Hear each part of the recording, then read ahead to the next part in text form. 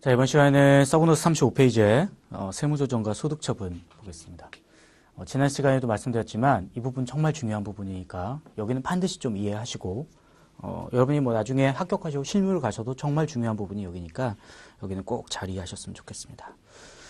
앞에 뒤에 나오는 이제 세무조정부터가 이제 중요한 거고 뭐 동그라미 1번은 그닥 중요하지 않지만 아무튼 뒤에 배우는 내용은 반드시 좀 잘 하셔야 될 것 같아요. 자, 1번에 그 법인세 소득세 과세상 차이점이라고 나오는데요. 얘는 이제 소득세 가가지고 좀 자세히 배울 건데 무슨 얘기냐면 자, 법인세 그 동그라미 1번에 보니까 순자산 증가설이란 일정 기간 동안 순자산 증가액을 과세소득으로 본다. 그다음 동그라미 2번에 보니까 법인세법은 순자산 증가하는 모든 소득에 대해 포괄적으로 과세한다. 즉 법인세는 회사가 벌어들인 소득, 법인이 벌어들인 소득에 대해서 세금을 과세할 건데 자 그러면 어떤 소득만 과세할래? 라고 물어본 거예요. 그랬더니 지금 세법은 뭐래요? 순자산 증가. 순자산이 뭐예요? 자산에서 부채 뺀 게 순자산이죠. 이 순자산이 증가하기만 하면 이유에 상관없이 왜 증가인지 상관없이 과세할게 라는 거예요. 그러니까 회사가 매출을 해도 순자산이 증가하죠. 그거 과세. 회사가 유형자산 팔아도 순자산 증가하죠. 그럼 그것도 과세. 뭐 회사가 이자를 받아도 순자산 증가하죠. 그거 과세. 즉 이유 따지지 않겠다는 거예요. 순자산이 증가하면 그냥 그거 무조건 세금 과세하는 소득으로 볼게. 자, 걔를 뭐라 그러냐면 순자산 증가설이라 그래요. 그래서 1번 중간쯤에 보면 표 있죠. 그래서 법인세, 소득세 한 다음에 자 법인세 보세요. 학설로 보니까 순자산 증가설. 그 다음에 과세 방식 보니까 포괄주의 뭐요? 전부 다. 순자산만 증가하면 전부 다 과세하는 게 법인세예요. 자 그럼 소득세는 다르냐? 네, 소득세는 달라요. 나중에 보면 소득세는 법에서 과세하는 걸 열거하고 있어요. 야 이거 과세하고 이 소득 과세하고 이것만 과세할게 라고 열거하고 있다 보니까 소득세는 좀 다르다. 그건 나중에 소득세 가서 배우시면 될 겁니다. 자, 이제 지금부터 그 세무조정. 자, 여기가 이제 가장 중요한 부분인데, 그 세무조정을 봐보죠. 그 서브노트 35페이지 중간에 2번 세무조정의 개념과 구분 이렇게 나오면서 그 밑에 이제 표 같은 게, 그림 같은 게 하나 나오는데, 자, 그거에 대한 개념을 잡아드리려고 해요. 자, 법인세라는 거는 법인의 소득에 대해서 일정률만큼 세금을 과세하는 게 법인세예요. 자, 그러면 법인의 소득에다가 세금 과세하는 거니까, 그럼 법인의 소득 얼마인지 우리 아나요? 알죠. 어디서요? 네, 우리 회계에서 배웠잖아요. 회계에서 손익계산서 작성하면 뭐 매출액부터 쭉 작성해서 뭐 나와요? 법인세 비용 차감전 순이익 나오잖아요. 그럼 그게 뭐예요? 세금 내기 전에 이익이니까 그 이익에다가 일정 비율만큼 세금 내면 되겠네 라고 하면 법인세가 필요 없겠죠. 그럼 얼마나 간단해요. 그러니까 회계상 이익에다가 그냥 세율 곱해서 그냥 세금 얼마 하면 간단할 텐데 그렇지가 않아요. 뭐가 다르냐면 자 우리 회계에서 수익에서 비용을 차감해가지고 소득 금액을 결정할 텐데 자 세법은요 이 수익을 뭐라고 부르냐면 입금이라고 부르고요 송금을 뭐라고 부르냐면 비용을 뭐라고 부르냐면 송금이라고 불러요. 그래서 소득 금액을 계산하는 게 우리 법인세의 구조예요. 뭐 여기 지금 각사학년도 소득이라고 돼 있는데 뭐 여기에 뭐 보시고요. 자 그러면 회계상으로 우리가 손익계산서 이렇게 손익계산서에서 소득을 계산하겠지만 여기 있는 소득에다가 그냥 바로 법인세를 구하는 게 아니라 세법이 생각하는 소득 금액은 따로 있다는 거예요. 개념이 좀 달라서. 그러면 어떻게 하면 되겠어요? 그래 세법이 생각하는 대로 입금하고 송금 계산해가지고 과세 대상이 되는 소득 금액 구하고 거기다가 그냥 세율을 곱하고 싶은데 또 그렇게까지 할 필요가 있냐는 거예요. 왜냐면 회계에서 이미 구해놓은 게 있잖아요. 소득 금액이. 그러니까 세법이 생각한 건 야 그러면 수익하고 입금의 차이 비용하고 송금의 차이 야 그것만 조정하면 되겠네. 그러니까 회계상 이익에다가 얘네 둘의 차이만 플러스 마이너스 조정하고 나면 그게 뭐로 바뀌겠어요? 세법이 생각하는 소득 금액으로 바뀔 거니까 어떻게 하자고요? 여기 있는 차이만 이제 조정하기로 했어요. 그걸 뭐라 그러냐면 세무조정이라고 그래요. 세무조정. 자 그럼 세무조정이 뭘 거냐? 간단하게 예를 들어보면 이런 거예요. 자 회사가 수익을 100을 잡았어요. 근데 세법이 생각할 때 입금은 빵이래요. 이럴 수도 있어요. 회사가 수익을 안 잡았어요. 근데 세법이 생각할 때 입금은 100일 수도 있고요. 회사가 비용 100을 잡았어요. 근데 세법이 생각하는 송금은 빵일 수도 있고요. 회사가 비용을 안 잡았는데 세법이 생각하는 비용이 100일 수도 있어요. 자 그럼 뭐 한다는 거냐면 회사는 지금 장부에다가 수익을 잡았어요. 하지만 세법은 이거는 입금이 아니래요. 입금이 아니래요. 그러면 장부상에는 수익이 잡혀 있는데 세법은 얘를 입금으로 안 보니까 어떻게 해야 돼요? 세금 계산할 땐 걔 빼야죠. 자 그런 조정을 우리가 앞으로 뭐라고 부르냐면 입금 불산입이라고 불러요. 여러분이 정말 평상시 이런 용어를 써볼 리가 없는 정말 어마어마한 단어가 나오는데 입금불산입이라는 표현이 세법에서 엄청 많이 나와요. 입금불산입한다? 입금불산입한다? 항상 뭐냐면 회계에서 수익 잡았는데 세법은 야 그거 수익 아니야? 빼. 세금 계산할 땐 빼라는 거예요. 그게 입금불산입. 세법은 항상 자기 위주예요. 내가 볼 땐 입금 아닌데? 그럼 그건 입금불산입. 내가 볼 땐 입금인데? 그럼 입금산입. 뭐 이렇게 가는 거예요. 자 보세요. 회사에서는 수익을 안 잡았어요. 근데 세법이 볼 때는 걔는 입금이래요. 그럼 어떻게 해야 되는 거예요? 입금으로 잡아줘야죠. 그런 애는 입금산입이라고 표현을 해요.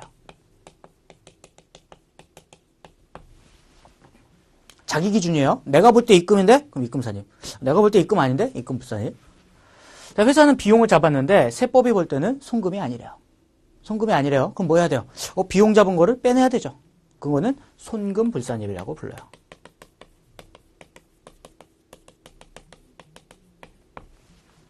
자, 마지막으로요. 회사는 비용을 안 잡았는데 세법이 볼 때는 야 너 이거 송금 먹어도 돼. 송금 넣어가지고 소득 줄여도 돼. 라고 생각하는 게 있어요. 그럼 뭐 하겠어요? 그래 너 송금으로 산입해. 라고 조정을 한다는 거죠. 자, 그래서 회사가 계상한 손익계산서에 있는 이 소득에 그대로 세금 과세하는 게 아니라 세법이 생각하는 소득 금액으로 이렇게 바꿔주죠. 이렇게 바꿔주는 과정을 지금 말씀하신 것처럼 세무조정이라고 한다는 거예요. 그 세무조정에는 이렇게 입금불산입, 입금산입, 송금불산입, 송금산입 이 네 가지 조정이 들어가게 되는 겁니다. 자, 그래서 우리 교재 서브노트 36페이지에 상단에 있는 그림 하나 봐보세요.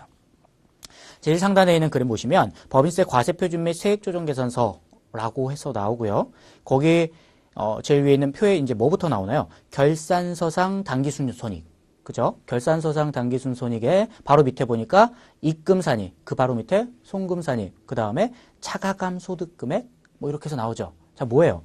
세법이 생각하는 내가 이제 법인세 부과할 소득금액을 계산할 때 뭐부터 시작했어요? 결산서상 당기순이익. 그러니까 회계상 계상한 당기순이익 끌어오고 근데 이 금액이 그대로 세금 과세한 소득이 아니니까 밑에서 조정을 하죠. 뭘 했어요? 입금산입, 송금산입. 자, 이런 조정을 해서 세법이 생각하는 소득금액으로 바꿔가고 있더라. 그게 여기 있는 소식에서 보시는 거고요. 하나 더 넘어가서 서브노트 39페이지에 소득금액 조정학계표라고 중간에 그림이 나올 거예요. 거기도 한번 봐볼까요? 자, 그 소득금액 조정학계표에 보면 표가 나오고 왼쪽 오른쪽으로 나뉘어져 있으면서 자, 왼쪽은 뭐라고 돼 있어요? 입금산입 및 송금불산입. 자, 오른쪽은요. 송금산입 및 입금불산입. 그렇게 돼 있죠. 자, 그러면 왼쪽에는 뭐 쓰자는 거예요? 입금산입하거나 송금불산입한 거. 즉 회계상 소득보다 세법상 소득을 늘리는 거. 그런 게 왼쪽에 가고요. 자, 오른쪽에는요. 송금산입하는 거니까 회계보다 송금을 더 늘려주는 거. 그러니까 소득을 줄여주는 거. 그게 오른쪽에 이제 송금산입으로 간다는 거예요. 그래서 이 서식에서는 소득금액 조정학계표에서는 야 그러면 입금산입하는 애들이 도대체 누구야? 그래서 밑에 세부적으로 쭉 나오죠. 뭐 법인세 비용, 접대비, 감가상각비, 임원상여금. 그래서 어떤 항목들이 차이가 있어서 조정했는지 보여주고요. 그 오른쪽에 송금산입도 똑같죠. 미수이자, 재고자산 평가이익 이런 애들이 송금산입으로 조정을 했다라는 거 세부 내역을 여기서 이제 보여주는 거예요. 자, 그러면 입금산입 얼마로 돼 있어요? 제일 밑에 보니까 합계 1,750. 송금산입 85만 원 돼 있죠. 자, 그러면 얘들이 어디로 가느냐? 다시 서브노트 36페이지 보시면 그 다시 제일 위에 있는 법인세 과세표준 및 세액조정계산서 보시면 거기 입금산입 얼마예요? 1,750. 송금산입 85만 원. 자, 여기 있는 아까 소득금액 조정학계표가 여기로 금액이 레퍼가 돼서 온다는 거예요. 이게 전체적인 가장 기본적인 법인세 신고할 때 서식인데요. 그 내용이 이렇게 지금 구성돼서 가고 있습니다. 다시 서브노트 35페이지로 돌아와서요. 제가 조금 전에 말씀드릴 때 세무조정에 대해서 뭘 말씀드렸냐면 회계상 수익비용하고 세법상의 입금, 송금의 차이를 조정하는 걸 세무조정이라고 말씀을 드렸어요.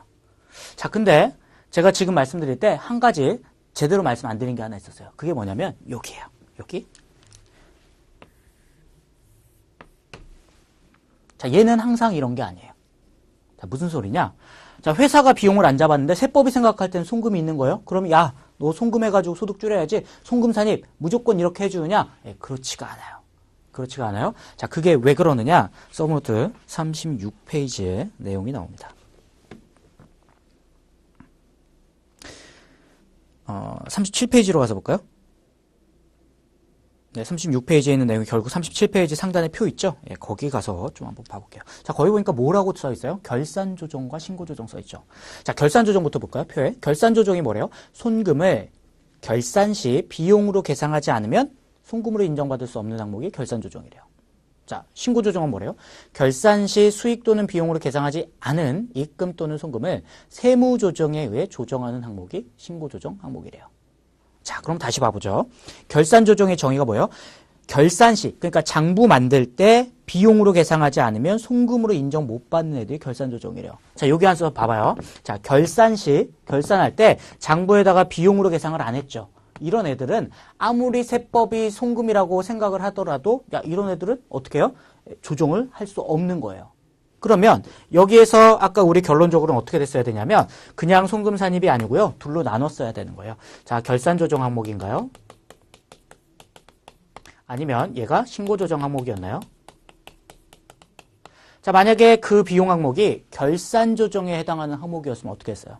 장부에다가 비용 안 잡았으면 어떻게 할 수 있다고요? 결산상 처리 안 하면 세법상으로 송금 인정 못 받는다 그랬죠? 그러면 결산 조정 항목이었으면 아무런 조정도 없었던 거예요.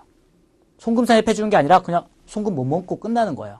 자, 근데 이 비용 항목이 신고 조정 항목이었으면 어떻게 될까요?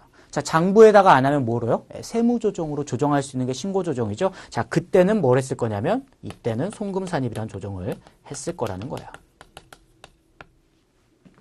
이해되시죠? 자, 그럼 도대체 결산 조정이 뭐고 신고 조정이 뭐길래 저런 차이가 있나요? 다시 서브노트 37페이지 그 상단의 표를 보죠. 자, 결산 조정을 보면 알아요. 자, 결산 조정 하니까 그 밑에 이제 사례들이 쭉 나오는데 동그라미 1번에 뭐 있어요? 재고자산 평가차손. 동그라미 2번에 고정자산 평가차손. 자, 느낌을 한번 쭉 받아보세요. 동그라미 3번에 대송금. 4번에 유무형자산 감가상각비. 5번에 퇴직급여 충당금. 6번에 준비금. 자, 여러분 어떤 공통적인 느낌이 오시나요? 지금까지 열거되어 있는 6가지에서 어떤 느낌이 오시나요? 생각을 해보시면 정의가 뭐냐면 외부와의 거래가 없이 회사가 내부적으로 비용 계상한 애들이 얘들이에요. 예를 들어보세요. 1번 재고자산 평가차손. 외부하고 어떤 거래가 있었나요? 아니에요. 우리 회사 내부적으로 이거 재고 못 팔릴 것 같은데? 이거 재고 안 되겠는데? 그래서 그냥 혼자서 그냥 감했던 게 재고자산 평가차손. 고정자산 평가차손 똑같죠. 우리 회사 토지가 있는데 옛날에 막 오를 것 같아가지고 샀는데 꼭지를 잡은 거죠. 그래가지고 쭉 빠졌어요. 그럼 그 토지 가액 빠졌다고 그걸 평가손실 잡았다? 그건 뭐예요? 실현이 됐나요? 안 실현됐어요. 실현 안 됐고 그냥 회사 내부적으로 이거 빠졌네 라고 해가지고 손실 잡아놓은 게 고정자산 평가손이잖아요. 그러니까 어떤 외부와의 명확한 거래가 있어서 손실이 확정된 게 아니라 회사 내부적으로 그냥 비용 잡은 애들이 지금 여기 있는 애들이에요. 더 봐볼까요? 대손금? 대손 뭐예요? 내가 외상으로 팔았는데 또는 누군가한테 돈을 빌려줬는데 못 받을 것 같은 거예요. 못 받은 게 확정된 게 아니라 못 받을 것 같은 거예요. 그래서 우리가 장부상에다가 비용 잡은 게 뭐예요? 대손금이죠. 또 볼까요? 감가상각비? 감가상각비가 외부와의 거래가 있는 비용인가요? 아니잖아요. 그냥 취득할 때 실질적인 외부와의 거래는 자산을 취득할 때 있는 거고요. 감가상각비란 거는 그 취득한 금액을 매 사업연도의 비용으로 안분한 금액이 감가상각비잖아요. 그죠? 그러니까 얘도 외부와의 거래가 없어요. 퇴직급여 충당금 뭔가요? 퇴직금이 뭐예요? 임직원이 퇴사할 때 1년당 한 달치 월급 주는 게 퇴직금이죠. 예를 들어서 3년 근무했는데 한 달 급여가 300이다. 그럼 퇴직금이 얼마요? 900만 원 준다는 거예요. 그게 퇴직금이죠. 자, 그러면 퇴직금이라는 거는 원래 언제 확정이 되나요? 퇴사를 해야 확정이 되는 거죠. 근데 퇴직급여 충당금은 뭐예요? 퇴사를 안 했어도 매 사업연도 말에 결산을 할 때 지금 하면 퇴직금 얼마 나갈까? 그걸 추정을 하죠. 그래서 우리 IFRS에서는 뭐 그 시점에서 추정할 때도 미래 퇴사할 시점까지 추정해서 어쨌든 추정을 하잖아요. 그죠? 이게 외부와의 거래가 있었나요? 아직 없었잖아요. 그냥 내부적인 비용이잖아요. 자, 그래서 여기에 있는 1번부터 6번까지의 항목들은 전부 다 뭐냐면 외부와의 거래가 없는데 회사가 비용 잡은 거예요. 비용 잡은 거. 자, 그러면 외부와의 거래 없이 회사가 비용 잡는 항목에 있어서는 세법의 생각은 그래 네가 그래? 그러면은 네가 장부에다 일단 잡아봐. 그러면 세법이 생각하는 것만큼 인정해 줄 겐데 회사가 장부에도 안 잡았어요. 자, 그걸 세법이 다시 와서 너 이거 송금 좀 먹어 라고 할 수 있느냐? 없다라는 거예요. 외부와의 거래도 없기 때문에 그냥 회사 내부적으로 평가했을 때 이 정도는 송금 먹어야 될 것 같습니다 라고 적극적으로 결산에다 반영해야 송금을 먹는 거지. 결산에도 반영 안 했는데 세법이 와가지고 갑자기 너 이거 송금 먹어야지 라고 떠먹여주진 않는다는 거예요. 그게 결산조정사항입니다. 자, 그러면 신고조정은 뭐냐? 결산조정을 제외한 모든 건 다 신고조정이야. 그러니까 결산조정만 외우면 나머지는 다 신고조정이다 라고 외우시면 되겠습니다. 자, 그럼 신고 조정에 어떤 게 있을까요? 라고 간단히 예를 들어보세요. 그러면 예를 들어서 이런 거예요. 회사가 운송비를 줬어요. 실제 줬어요. 근데 회사가 결산하면서 그 운송비 나간 거를 장부 만들 때 누락한 거야. 누락한 거예요. 자, 이거는 그럼 세법의 생각에도 어떠냐? 외부와의 분명히 운송비 지급했고 외부와의 거래 있었고 다만 장부 만들면서 그냥 까먹은 거죠. 자, 그러면 세법이 야, 운송비 나갔었네. 그럼 송금 산입해줄 수 있다는 거예요. 아시겠죠? 그 차이점을 좀 아셔야 결산조정, 신고조정은 차이점을 좀 아셔야 돼요. 자, 그래서 그 표에서 이제 예시 1번부터 6번까지 이제 예시하는 항목을 봤고요. 그 바로 밑에 있는 내용 좀 볼까요? 자, 6번 법인세법상 준비금 바로 밑에 보니까 당해 사업연도에 비용으로 계상하지 않은 금액은 그 이후 사업연도 결산상 비용을 계상하면 송금으로 인정된다. 무슨 얘기냐면 이거예요. 자, 여기 이제 2017년이 있고요. 그 다음에 여기 이제 2018년이 있어요. 감가상각비를 열어보죠. 자, 회사에 감가상각비 할 게 100이 있었다고 볼게요. 감가상각비 100이 있는데 회사가 2017년에 비용을 계상 안 했어요. 읽어보세요. 당해 사업연도에 비용으로 계상하지 않은 금액. 자, 감가상각비가 있는데 회사가 비용을 계상 안 했어요. 자, 그러면 얘는 이제 어떻게 해야 송금으로 먹을 수 있는 거예요? 어떻게 하는 거냐면 네가 장부에 계상 안 했으면 그 다음 사업연도에 가서 안 했었지? 그래서 감가상각비 100을 이렇게 하라는 거예요. 장부에다가. 그럼 그때 가서 인정해 줄게. 그러니까 2017년도에 감가상각비 안 한 거면 2017년도에 이제 송금으로 못 먹는 거예요. 안 했어? 그럼 끝. 아시겠죠? 그러면 그 이후 사업연도에 가서 장부에다가 잡으면 그때 인정해 줄게. 그게 결산조정이에요. 자, 근데 신고조정은 보세요.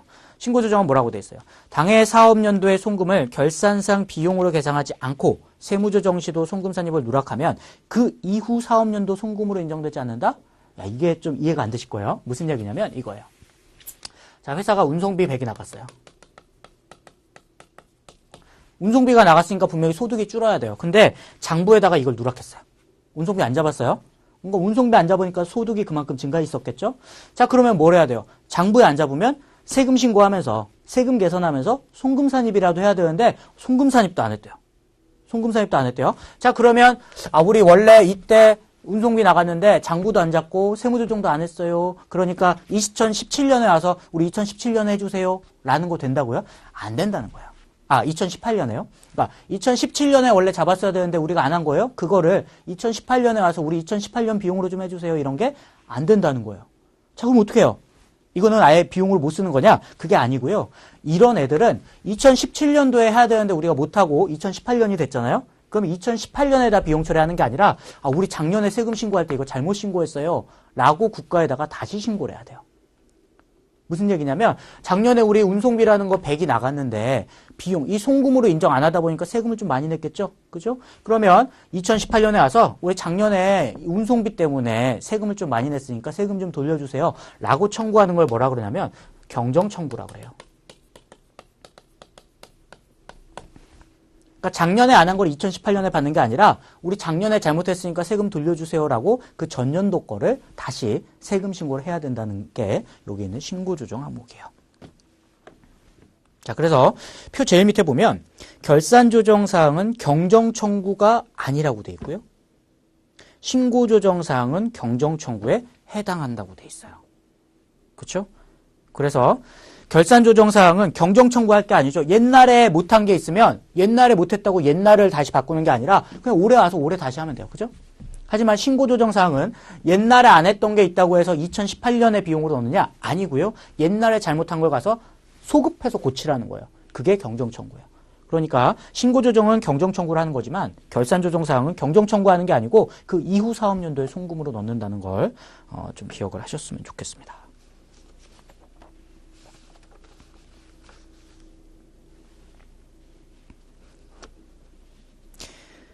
자, 그래서 그 내용을 36페이지, 서브노트 36페이지에 보시면 그 중간에 그림이 하나 나오죠. 결산조정, 신고조정 사항에서 우리 화살표 있고 그림이 하나 나오는데 거기 보니까 뭐라고 돼 있어요?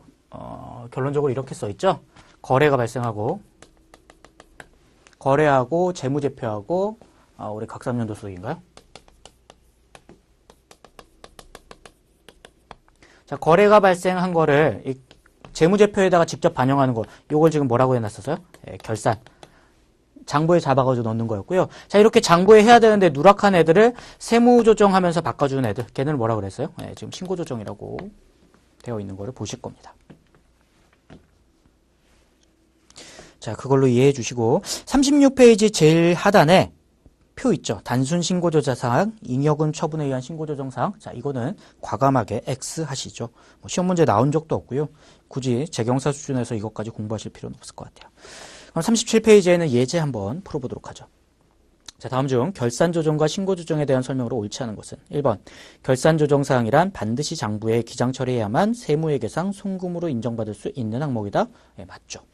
2번 신고조정사항은요. 결산 시 비용으로 계상하지 않더라도 신고조정에 의해 송금 산입이 가능하다. 그렇죠? 신고조정사항은 내가 결산 장부에 안 하더라도 가능하다 그랬어요. 3번 결산조정사항은 경정청구 대상에서 제외된다. 결산조정사항이요? 그렇죠. 그죠? 결산조정사항은 옛날에 안 한 거 있으면 나중에 하려면 된다고 그랬어요. 그러니까 경정청구할 대상이 아니죠. 맞고요. 4번 신고조정사항은 당해 사업연도에 비용으로 계상하지 않은 금액은 그 이후 사업연도 결산상 비용으로 계상하면 송금으로 인정된다? 아니죠. 신고조정사항은 소급해서 경정청구를 할 때 인정받을 수 있는 거라고 말씀을 드렸습니다. 자, 서브노트 38페이지에 예제 3번 볼까요? 법인세법상 세무조정사항은 결산조정과 신고조정으로 나누는데 성격이 다른 거 골라버려요. 이런 문제도 자주 나와요. 1번 조세특례 제한보상 준비금. 2번 파손부패로 인한 재고자산 감액손실. 자, 감액손실 뭐예요? 내부적인 거죠. 3번 퇴직급여 충당금. 내부적인 거죠. 4번 대손충당금. 내부적인 거죠. 그래서 성격 다른 건요. 1번 조특법상 준비금인데 우리가 아직 준비금 안 배웠죠. 이거 저 뒤에서 배워. 그래서 배우고 나서 다시 보면 아실 거고요. 또 시험 문제 풀 때는 2번, 3번, 4번은 확실하잖아요. 걔는 외부와의 거래 없는 내부적인 비용이란 거 확실하시니까 성격이 다른 거는 1번만 골라내실 수도 있을 것 같습니다.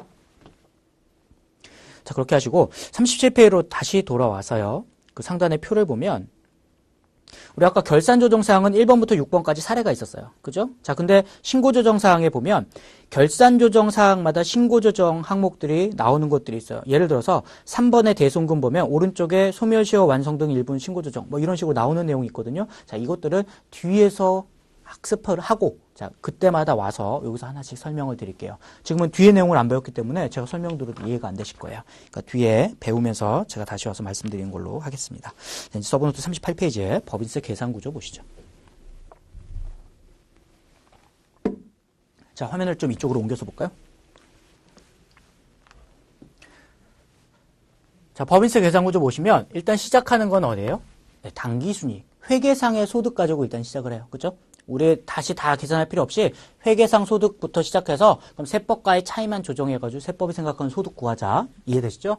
자, 그래서 입금 산입, 송금 산입 세분 조정을 하고요. 자, 그 소득 금액을 차가감 소득금이라고 그래요.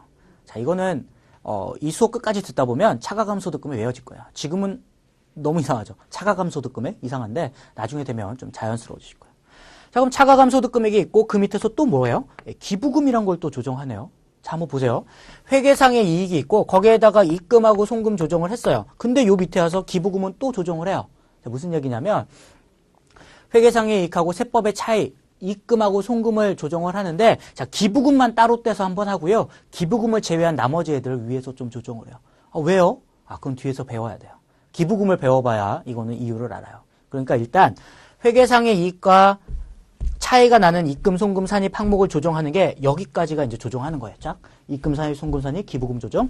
자, 거기까지 조정해서 나온 소득, 각 사업연도 소득 금액. 이게 뭐냐면 세법이 생각하는 소득 금액이야. 자, 당기순이익이 회계가 생각하는 소득 금액이라고 하면 각 사업연도 소득 금액이 세법, 법인세법이 생각하는 소득 금액이라고 보시면 돼요. 자, 그러면 법인세법이 생각하는 소득 금액이 나왔으면 거기에다가 일정 비율만큼 법인세 과세하면 되나요? 그렇진 않아요. 그렇진 않아요? 자, 법인세를 과세하는, 실질적으로 법인세를 과세하는 소득 금액을 뭐라고 부르냐면 여기 있는 과세표준이라고 부릅니다. 그러니까 법인세는 여기 있는 이 과세표준에다가 세법이 내라는 세율만큼 뭐 10%, 20%, 22% 이만큼 내는 거예요. 소득 금액에 따라. 그만큼 세금을 내는데 그 기준은 바로 이 과세표준이고요.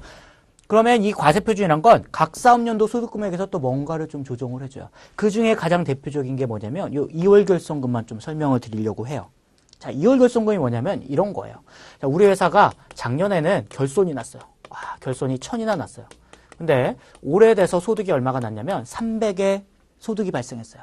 자, 그러면 작년에는 결손했지만 올해 300의 소득이 났으니까 올해 법인세 내세요 라고 하면 여러분 억울하죠? 억울하잖아요. 우리 작년에 결손 났어요. 1000. 올해 이제 깔랑 300 이익 났어요. 그러면 전체적으로 보면 우리 아직 어때요? 마이너스 700인 회사거든요. 근데 지금 세금 내라고 하면 너무 억울하잖아요. 그래서 결손이 이렇게 발생하면요. 결손이 발생하면 이후 사업연도에 발생하는 소득 금액에서 세금 계산할 때 차감을 해줘요. 걔를 뭐라고 하냐면 2월 결손금이라고 그래요. 그래서 이렇게 결손 발생했던 게 있으면 비록 300이라는 소득 금액이 발생했어도 올해 세금 낼 소득 계산할 때는 이 결손금 300을 빼서 야, 너 그러면은 세금 낼 소득은 빵이네 라고 해준다는 거예요. 그게 뭐냐면 2월 결손금이에요. 당연히 그렇게 해줘야죠. 당연히. 그래서 이 금액을 차감하고 그 다음에 비과세나 소득공제라는 것도 차감을 해요. 그럼 비과세 이게 뭔가요? 이것도 뒤에서 배워요. 뒤에서 배워서 이런 항목들까지 차감해서 궁극적으로 법인세 과세되는 소득 그게 뭐냐면 과세 표준이라는 거라는 걸 이 전체적인 큰 틀을 여기서 한번 좀 먼저 보셨으면 좋겠습니다. 자, 그럼 이제 서브노트 39페이지 소득 처분 가시죠.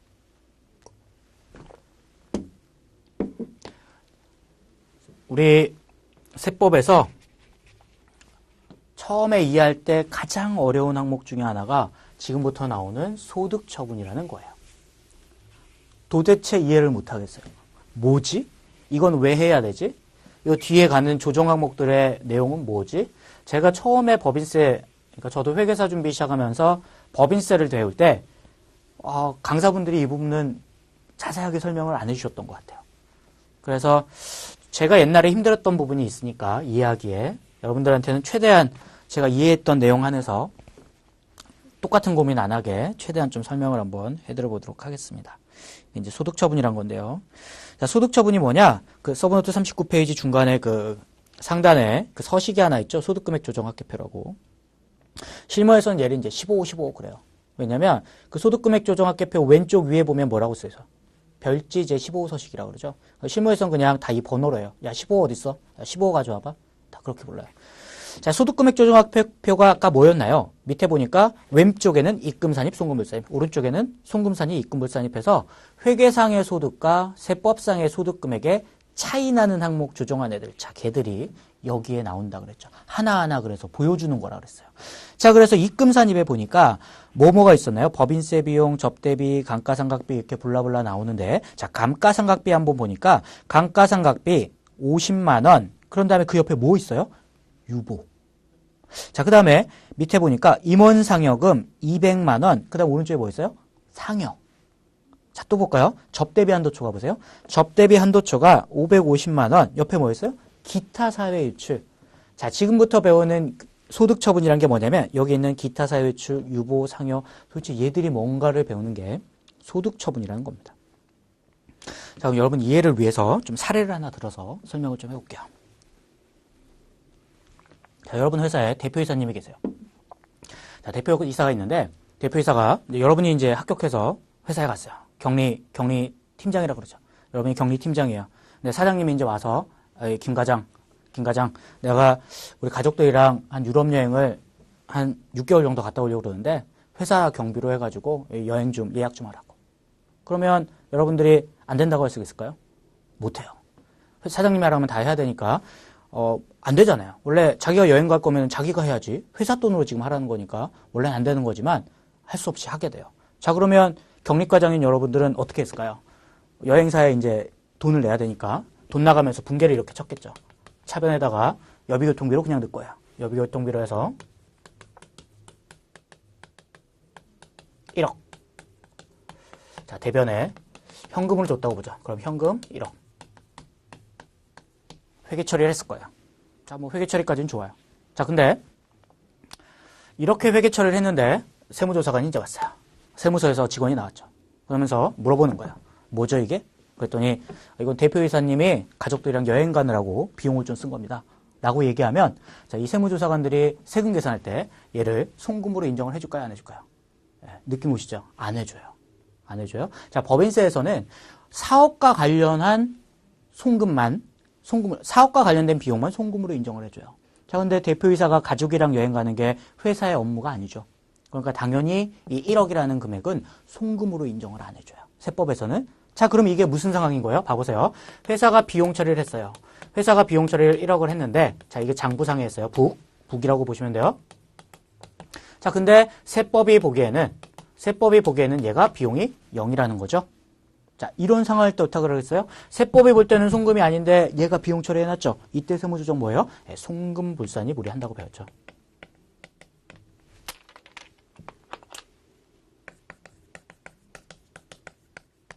이 항목이 뭐였다고요? 네, 여비교통비. 얼마요? 네, 1억. 자, 그 다음에 끝에다가 뭐라고 한마디 쓰는데 끝에 이때는 뭐라고 쓰냐면 상여라고 써요. 자, 그래서 이게 도대체 뭔지를 이제 보자는 거예요. 자, 원래 사장님은 회사에서 일하고 월급을 받아요.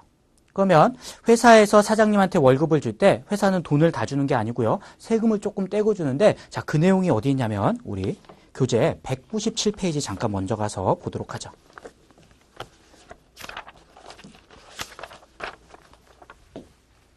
자, 179페이지요. 네. 서브노트 179페이지. 자, 거기 가면 원천징수라고 나오죠. 자, 원천징수라고 하면서 제일 위에 있는 개념부터 한번 좀 보죠. 자, 원천징수란 소득을 지급하는 자가 소득을 수령하는 납세 의무자가 납부해야 할 세금을 미리 징수하여 정부에 납부하는 제도가 원천징수 제도래요. 이것만 읽고는 이해 안 되죠. 자, 무슨 얘기냐면 이런 거예요. 자, 여기 이제 은행이 있고요. 자, 은행. 여기서 은행에 예금을 했던 어떤 개인이 있어요. 자, 1억 정도 예금을 했다가 은행에서 얼마를 줄 거냐면 이자 100만 원을 준다 보죠. 자, 이자 100만 원. 자, 이자 100만 원을 이 개인한테 이제 줄 거예요. 자, 그러면 은행에서 이자를 주면 이 개인 입장에서는 어때요? 은행에서 이자 받는 게 이 개인한테는 소득이죠. 그렇죠? 개인의 소득이죠. 그러니까 개인의 소득으로 귀속이 돼요. 근데 이 개인의 소득이 발생했을 때, 그럼 소득 발생했으니까 국가에서 세금을 떼고 싶을 텐데, 세금을 징수하고 싶을 텐데, 지금 우리 법인세나 소득세, 걔네는 국가가 세금을 계산해서 떼가는 게 아니라 어떻게 하냐면요. 개인이나 법인들이 나 세금 얼마라고 신고해서 납부해요. 그걸 신고납부제도라고 그래요. 자, 개인도 나 소득 얼마 났으니까 세금 얼마 낼게요라고 신고하고요. 법인들도 소득이 발생하면 국가에다가 신고를 해요.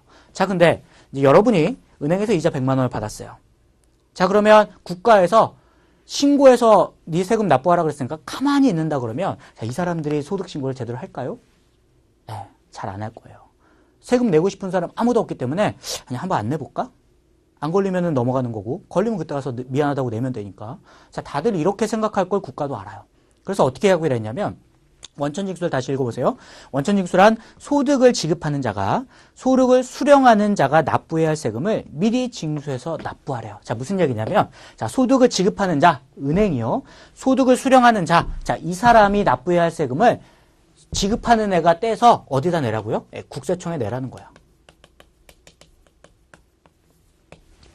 그러면 자, 이자 100만 원이 있으면 이자 100만 원을 다 주는 게 아니라 이 중에 세금 일부는 국가에다 내고 나머지만 줘요. 그러면 세금이 14였다고 하면 86만 이자로 이 개인한테 지급해라 라고 하는 게 원천징수여서요. 이렇게 소득을 지급하면서 저 상대방이 납부해야 할 세금을 떼서 국가에 내는 거, 이걸 뭐라 그러냐면 이제 원천징수한다 그래요.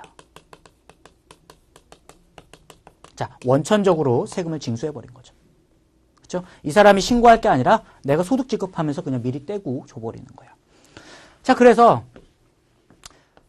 누군가 이제 대가를 지급할 때요. 야, 이런 개인들한테 대가를 지급하게 되면 아무래도 자, 여기 개인이 있고 만약에 이 소득을 받는 사람이 개인이 있고 법인이 있다라고 여러분이 한번 생각을 해보세요.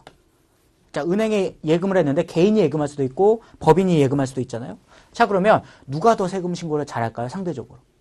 개인보다는 법인은 그래도 좀 더 잘하겠죠. 그렇죠? 좀 조직도 돼 있고 인력들도 있고 막 하니까 얘네들은 신고 안 하기엔 조금 눈치가 보일 거예요. 자, 그래서 법인들은 상대적으로 세금 신고를 잘할 거라고 생각하고요. 국가가 개인은 잘 안 할 거라고 생각해요. 그래서 누구든지 개인한테 어떤 대가를 지급할 때는 거의 모든 대가, 왜 줬는지 거의 상관없이 거의 모든 소득에 대해서 세금을 떼고 줘요.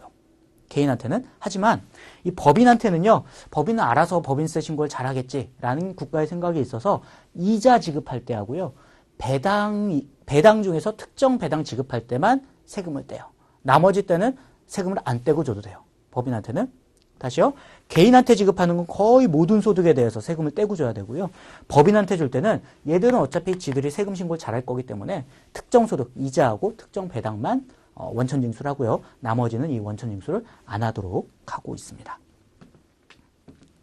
자, 그럼 도대체 제가 이 말씀을 왜 또 먼저 와서 드렸냐? 다시 법인세로 와서 볼까요?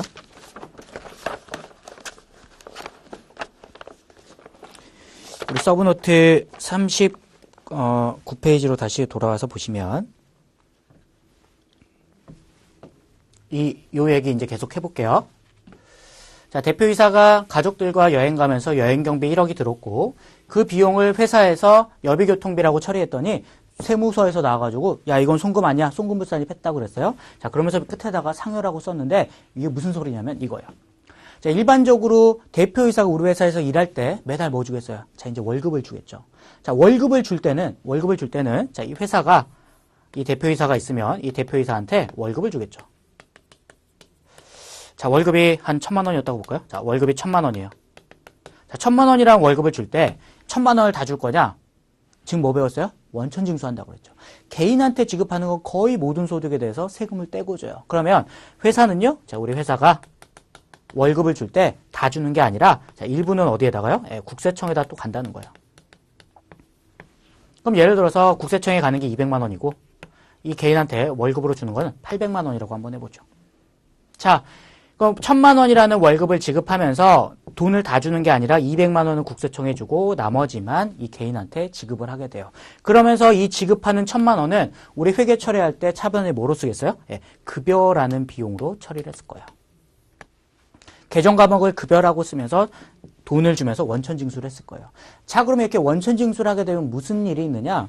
우리 국가에서는요, 아, 얘가 월급으로 1,000만 원 받았다는 걸 세금 납부하면서 회사에서 신고를 다 하거든요.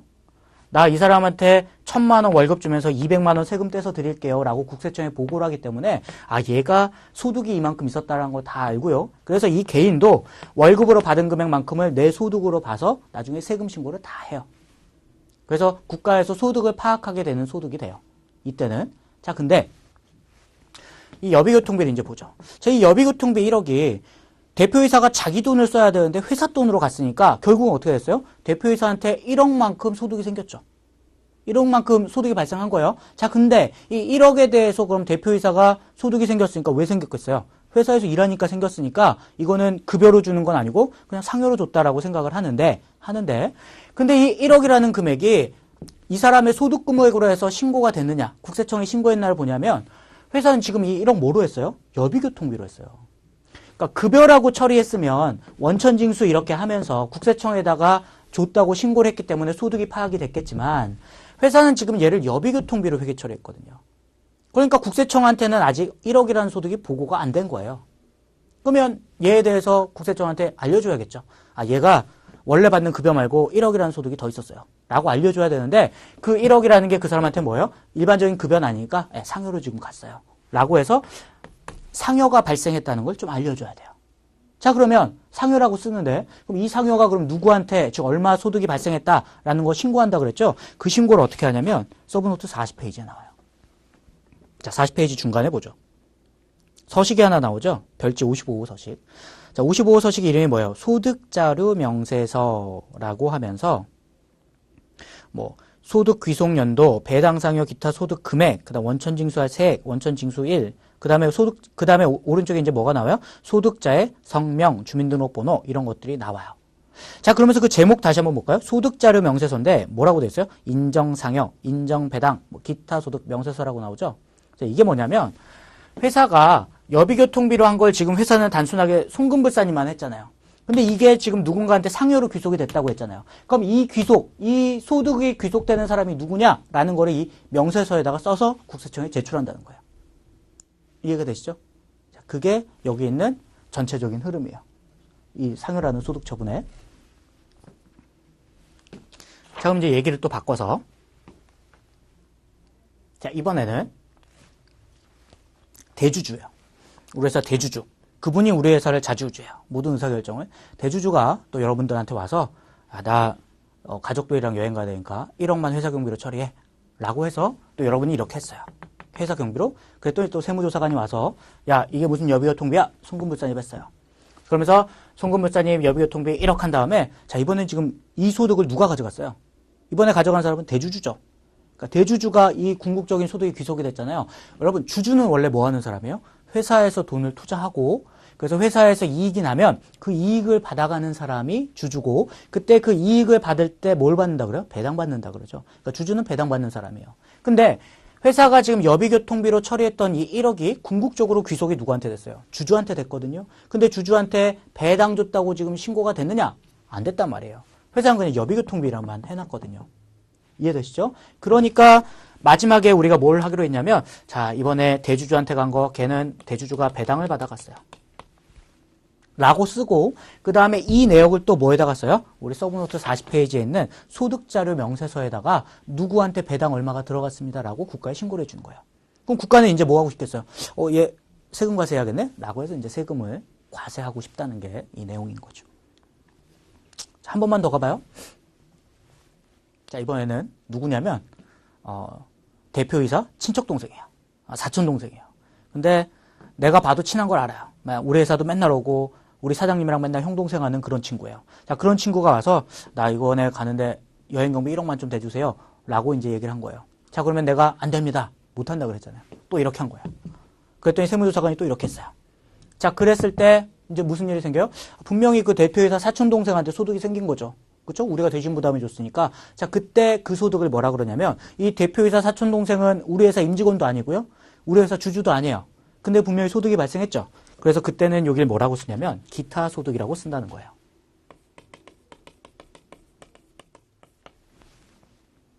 이렇게 쓰고 또 뭐예요? 우리 서브노트 40페이지 그 소득자료 명세서 가서 이게 소득이 그 사람한테 배분이 됐습니다. 라고 쓴다는 겁니다. 자, 그러면 이제 40페이지로 다시 와서 40페이지 중간에 있는 55서식 소득자료 명세서 보면 우리 중간에 뭐라고 써있나 한번 봐보세요. 자, 인정상여,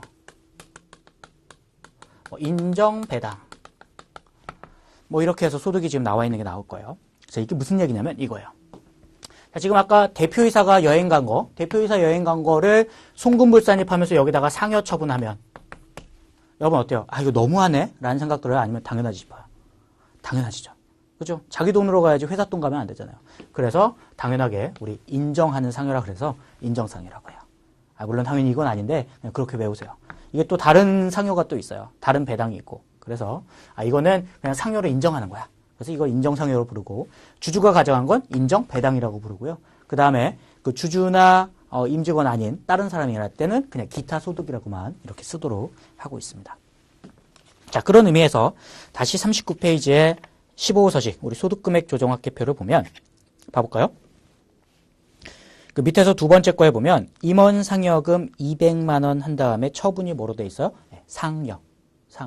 자, 그러면 이렇게 상여 처분한 거는 뭔가 이 임원한테 경상적으로 주는 우리 월급이나 상여금 말고 그거 이외의 어떤 혜택이 지금 이 상여 임직원한테 갔다는 거죠. 임원한테. 그러니까 추가적으로 상여라고 표시를 해주고요. 자, 그거에 대해서 추가적으로 세금 과세할 수 있게 하겠다라는 게 여기 있는 소득 처분이고요. 죄송해요. 왔다 갔다 해서 40페이지 다시 와서요. 그래야 좀 더 이해가 될 것 같아서 그래요. 40페이지 제일 위에 6번 사회유출이라고 이제 한번 보세요. 이해가 되는지. 읽어보죠. 입금산입, 송금불산입 항목 중 법인 외부로 유출된 것은 그 소득의 귀속자를 파악하여 귀속자에게 소득세를 징수해야 됩니다. 라고 써 있으면서 밑에 나오죠. 첫 번째, 배당은 누구래요? 출자자, 주주죠. 상여는 임직원. 즉, 자, 임직원한테 뭔가가 지금 귀속이 됐죠. 회사 자원이 유출이 됐어요. 임직원을 위해서. 자, 그러면 그때는 소득 처분을 뭐로 하자? 상여로. 자, 출자자한테 갔어요. 그때는 소득 처분 뭐로 하자? 배당으로 이렇게 한다고 돼 있고요. 자, 그러면서 그 오른쪽까지 한번 같이 봐요. 귀속자에 대한 과세라고 써 있죠? 뭐라고 돼 있어요? 자, 배당일 때는 그 사람한테 뭐로요? 배당 소득으로 과세. 자, 상여일 때는 뭐로 과세한다고요? 근로소득으로 과세하면서 그 오른쪽에 보니까 법인은 뭐 하라고요? 원천징수를 하래요. 무슨 얘기냐면 자, 우리 원래 여비교통 일반적으로 급여 줄 때는 다 주는 게 아니라 세금 떼고서 준다 그랬잖아요.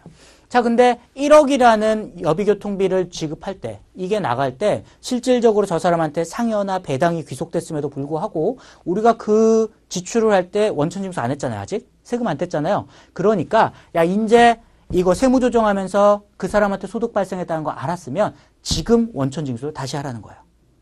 이해되시죠? 옛날에 안 했으니까 지금 원천징수해서 국가에 내라는 거예요. 그게 여기는 원천징수라는 거예요.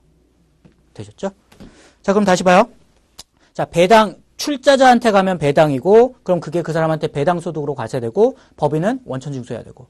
자, 임원이나 사용인이었으면 상여로 처분되는 거고, 그 사람한테 근로소득 과세되고, 원천징수해야 되는 거고. 제일 밑에 보세요. 2위 이외의자일 때는 기타소득 가는 거고, 기타소득 과세하고, 법인세 원천징수 의무 해야 되는 거고. 자, 이렇게 연결시켜서 보는 거고요. 자, 그 다음에 있는 이제 기타 사회유출 한번 설명을 해보죠. 자, 기타 사회유출은 뭐냐면, 이런 거예요. 거기 내용을 읽어보면 기타 사회유출이란 귀속자가 법인 또는 사업자예요. 그 상대방이 누구냐면 법인 또는 사업자래요. 자, 그때는 오른쪽에 보니까 귀속자의 소득에 포함되어 이미 과세되었으니까 별도로 조정할 게 없대요. 무슨 얘기냐면 이런 겁니다.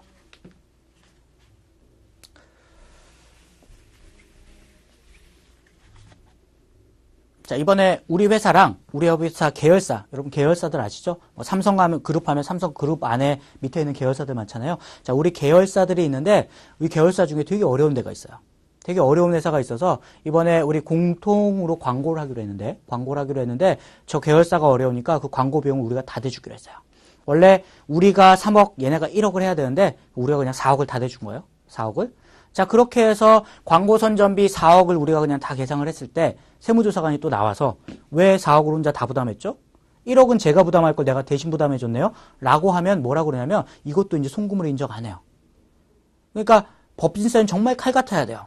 아무리 제가 어려워서 힘들어서 막 저러고 있어도 광고 선전비 안 부담했더니 야, 너희 기준이 있지. 내부적인 기준이 있으면 칼같이 그거에 따라 서로 안분해서 부담을 해야지. 왜 네가 다 했냐? 라고 하면 그 초과해서 부담한 거는 나한테 송금으로 인정을 또 안 해줘요. 그럼 송금불산입 하겠죠. 자, 그럼 송금불산입 보세요. 자, 송금불산입 하고 얘는 지금 뭐였어요? 예, 광고 선전비였는데 자, 광고 선전비 1억이라는 돈을 송금불산입 했는데 자, 이때는 뒤에다가 우리가 뭐라고 쓰냐면 기타 사회 유출이라고 쓰는데요. 이게 무슨 뜻이냐면 자, 계열사가 낼 돈을 내가 대신 내줬기 때문에 우리 회사의 자원이 지금 누구한테인가 나갔어요. 사회로 유출이 됐죠. 자, 사회로 유출이 됐는데 궁극적으로 그 소득이 지금 누구한테 갔냐고 보면 봐보세요. 원래 이 회사는 광고 선전비를 자기가 내면서 자기 회사 손익계산서에다가 광고 선전비 1억이라고 원래 썼을 거예요. 자기 회사가 자기 걸 원래 자기가 부담했으면 이렇게 쓰면서 소득이 줄었을 거예요. 근데 이 광고 선전비를 얘가 대신 내줬어요. 그럼 얘는 장부상에 광고 선전비 1억이 안 들어갔겠죠. 그럼 장부상에 광고 선전비 1억이 안 들어갔냐면 얘 소득이 자연스럽게 늘어났겠죠. 1억만큼? 그쵸? 그쵸? 그러니까 얘는 광고 선전비를 내가 대신 내주게 되면 얘가 광고 선전비란 걸 안 쓰게 되니까 얘 소득이 자연스럽게 증가하고 자연스럽게 증가했으니까 그거에 대한 세금이 나온다는 거예요. 그러니까 내가 추가적으로 과세할 필요가 없는 거예요. 아까 임직원이나 주주는 그 소득이 그 사람한테 귀속됐는데 아직까지 세금 신고 안 됐으니까 추가적으로 과세할 필요가 있지만 자, 이렇게 내가 지출한 이 상대방이 법인이거나 사업자면 이 법인이나 사업자들은 손익계산서 만드는 사람들 아니에요. 근데 이 사람의 비용을 내가 지금 대신 내줬잖아요.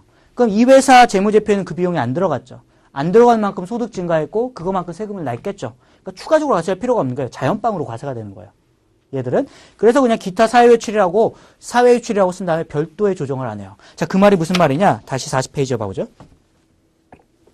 자, 상단의 표의 세 번째 보세요. 기타 사회유출.